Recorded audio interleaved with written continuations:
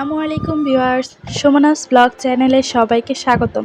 আশা করছি আপনারা সবাই ভালো আছেন, আমিও ভালো আছি। অনেকদিন পর আজ আবারও আপনাদের সাথে আমার একটা লাইফস্টাইল রুটিন বা ডেইলি রুটিন শেয়ার করব। যদি আমার ভিডিওটা ভালো লাগে তাহলে প্লিজ সাবস্ক্রাইব করবেন আমার চ্যানেলটা। তো আজকে আমি গুঁড়া মাছের চচ্চড়ি করব। তো এখানে আমি পেঁয়াজগুলো তেলে ভালো করে লাড়াচাড়া করে একটু ভেজে নেব। তারপর আমি এখানে আলুগুলো দিয়ে নিচ্ছি, তারপর আলুগুলোকে ভালো করে ভেজে নেব। তারপর এই সাইডে আমি একটু মাছ ভাজার জন্য মাছগুলোকে ভেজে নেব। এগুলো কিন্তু আমি চচ্চড়িতে দিব না, এগুলো ভাজা খাওয়ার জন্য ভেজে নিচ্ছিলাম। একটু হলুদ মরিচ দিয়ে মাছগুলোকে সুন্দর করে ভেজে নেব। আর এই সাইডে আমি চচ্চড়িতে সুন্দর করে একটু হলুদের গুঁড়া, মরিচের গুঁড়া, আদা রসুন বাটা দিয়ে লবণ দিয়ে আমি চচ্চড়িগুলোকে একটু পানি দিয়ে কষিয়ে পেঁয়াজগুলোকে, তারপর আমি এখানে মাছগুলো দিয়ে নিব। তারপর হালকা একটু মাছগুলোকে কষিয়ে এতে বেশি করে পানি দিয়ে নিব। তারপর পানিটা শুকানো না পর্যন্ত মাছগুলোকে সুন্দর করে আমি মানে রান্না করব। শুকানো যখন যতটুকু ঝোল প্রয়োজন হবে অতটুকু পর্যন্ত হয়ে আসছে, তারপর আমি নামিয়ে রাখবো। আর এই সাইডে আমি মাছগুলোকে ভেজে নিচ্ছিলাম। তো সচরাচর রান্নার ভিডিওতে দেখবেন যে আমাদের মাছ ভাজাটা একটু বেশি খাওয়া পড়ে, কারণ বাড়িতে যেহেতু একটা ছোট বাচ্চা আছে, তো মাছ ভাজা দিয়ে সুন্দর মতো ভাত। তাছাড়াও আমার এবং আপনাদের ভাইয়ার খুবই পছন্দ এই মাছ ভাজা। যে কোনো মানে আর কিছু হোক আর না হোক, মাছ ভাজা হলে আর কি লাগে বলেন। তো এখানে মাছ ভাজা শেষ হয়ে গেলে আমি অন্যান্য কাজগুলো সেরে নেব। তো স্ক্রিনে দেখতে পাচ্ছেন যে আমি এখানে মাছ উল্টাচ্ছি, কিন্তু তার সাথে সাথে আমি আরও বাড়িঘরের অন্যান্য কাজগুলো সেরে নিচ্ছিলাম। তো এখানে আমি মাছগুলো উল্টানো দেওয়ার পরে আমি রুম গোছানোর জন্য চলে গিয়েছিলাম। তারপর এখানে যখন মাছটা সুন্দর করে ঝোলটা শুকিয়ে এসেছে, তারপর একটু জিরার ফোড়ন দিয়ে তারপর আমি আবার আমার কাজ করার জন্য ওই রুমে চলে গিয়েছিলাম। তো ব্যাস, এখানে আমার আজকে রান্নাবাড়ি শেষ। তো রান্নাবাড়ি করা শেষ, খাওয়া দাওয়া শেষ। তো এখন আমরা যাচ্ছিলাম বিকাল টাইমে একটু ঘুরতে বের হওয়ার জন্য। তো আজ যেহেতু আবার বৃষ্টির সময়, এই বৃষ্টির সময় কিন্তু গাছপালা লাগালে খুব তাড়াতাড়ি বড় হয় এবং সুন্দর হয়। তো আজ আমরা গিয়েছিলাম হচ্ছে সাভার আশুলিয়া চারাবাগ। তো এখানে অনেক সুন্দর সুন্দর অনেকগুলো মানে অনেক বিশাল বড় নার্সারি ছিল।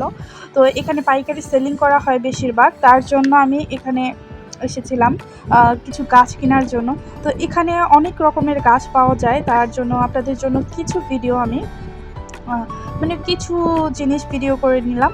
আর দেখতেই পাচ্ছেন যে নার্সারিটা আমরা ফার্স্টে একটু হেঁটে হেঁটে ঘুরে নিয়েছিলাম। ফার্স্টে কোনো গাছ টাছ কিনবো না। তো এখানে বেলি ফুলের চারাগুলো ছিল, আর এই সাইডে ছিল বাগান বিলাস। বাগান বিলাস ফুল কার না ভালো লাগে। তো এই বাগান বিলাস আমি একটা নিব, বাসা থেকে প্ল্যান করে এসেছি। তার সাথে কিছু নয়নতারা ভ্যারাইটি নিব। এখানে এই নয়নতারা গাছটা কিন্তু আগেও আমার বাড়িতে দেখেছেন। তো এখানে এই ফুল গাছগুলো কি আমি সঠিক নাম জানি না, কিন্তু এখানে যে এই ফুলটা আমার অনেক ভালো লেগেছে। তার সাথে আরেকটা ফুল আছে, আমি কাঠগোলাপের লাল ভ্যারাইটি যেটা, ওই ফুলটাও আমি নিব। তো এখানে আমি ঘুরে ঘুরে দেখছিলাম। আমি, আমার মেয়ে আর আপনাদের ভাইয়া যে যার যার মতো গাছগুলো দেখছিলাম। তো যারই যেটা পছন্দ হচ্ছে বলছিলাম এই সাইডে একটু আসো দেখে যাও। তো এখানে আমি যাচ্ছিলাম, এখানে হচ্ছে যে বনসাই গাছগুলো অনেক সুন্দর সুন্দর রয়েছে। তার সাথে এখানে ইনডোর প্ল্যান্টগুলি অনেকগুলো ছিল। এখানে ফুল গাছ, যেমন ফুল গাছ ছিল তার সাথে ছিল অনেক ধরনের ফল গাছ। যেহেতু আমার বাড়িতে জায়গা অল্প, তো আমি এখন ফল গাছ যা আছে তাই চলবে। এখানে আমি ফুল গাছ নেওয়ার জন্য এসেছিলাম, কারণ বৃষ্টির দিন, কিছু শীতের সময় আসলে শীতের ফুল গাছ না লাগালে নয়, আর হলো গিয়ে গরমের সময় কিছু গরমের ফুল গাছ না লাগালেই নয়। তো যেহেতু শীতের ফুল গাছগুলো 3 থেকে 4 মাসই হয়ে থাকে, কারণ যেহেতু এটা ডাল কেটে কলম কেটে আমাদেরকে দেওয়া হয়, তার জন্য এতে বীজ হয় না।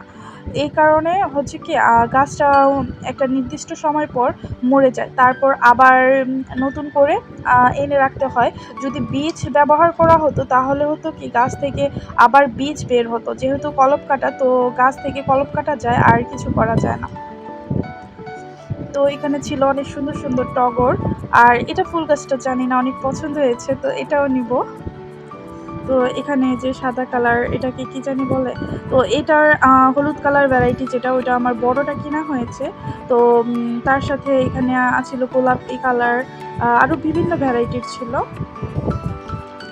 এই সাইডে যে এগুলো হচ্ছে ইনডোর প্ল্যান্ট, ইনডোরে লাগালে অনেক সুন্দর দেখা যাবে ঘরের ভিতরে।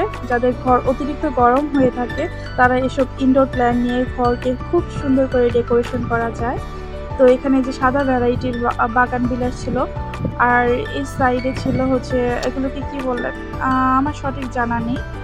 তো এদিক দিয়ে আমরা হাঁটছিলাম, আর ওই দিকে ও যে মেয়ে আর ওর আব্বু, ওরা তো ওদিকে যে ঘুরছে আর দেখছে মেয়ে এটা এই ফুল রেখে ওই ফুল কোয়েশ্চেন করতেই আছে হচ্ছে কসমোস। তো এখানে কসমোসের আবার এখানে বেগুনের চারা ছিল, কাঁচামরিচের চারা ছিল, তার সাথে বিভিন্ন ধরনের সবজি, ক্যাপসিকামের চারা ছিল, আবার ছিল হচ্ছে গিয়ে মানে এখানে যে যত ধরনের ফল গাছ, ফুল গাছ আর হচ্ছে সবজি গাছ A to Z সব কিছুই বিক্রি করা হয়। আপনাদেরকে যা আমি ঘুরে দেখালাম আরও এরকম ৩ ডবল জায়গা আরও পিছনের সাইডে ছিল।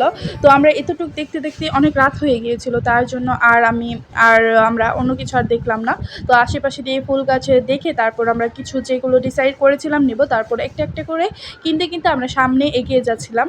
কারণ যদি ফার্স্টে কিনে রাখি তো মানে ফুল গাছগুলো রাখবো কোথায়, আর পিছন সাইডে বয়ে নিয়ে যাব আসবো একটু কষ্টকর। আর এখানে ভাইয়াদের ব্যবহার অনেক ভালো ছিল। ভাইয়ারা যখন অনেকগুলো গাছ আমি কিনেছিলাম, তো আমরা তো হাতে করে নিতে পারছিলাম না, তারপর ওই ভাইয়াগুলো হাতে করে এনে আমাদের একদম রিক্সা পর্যন্ত আগিয়ে দিল। তো এখানে আসলে আপনারা একটু তাড়াতাড়ি আসবেন, কারণ আমরা যখন যাওয়ার টাইমে আমরা যখন মানে বের হয়ে যাব তখন রিক্সার জন্য অনেকক্ষণ দাঁড়ানো লাগছে। কারণ হতে পারে যখন আমরা গিয়েছিলাম তখন রাস্তার কাজ চলছিল, তারপরেও একটু গ্রাম টাইপের, তো এখানে একটু রিক্সা আমার মনে হয় একটু কমই চলে, তার জন্য এখানে আগে আসতে হবে। প্রায় আমরা ১-১.৫ ঘন্টা রিক্সার জন্য দাঁড়িয়েছিলাম।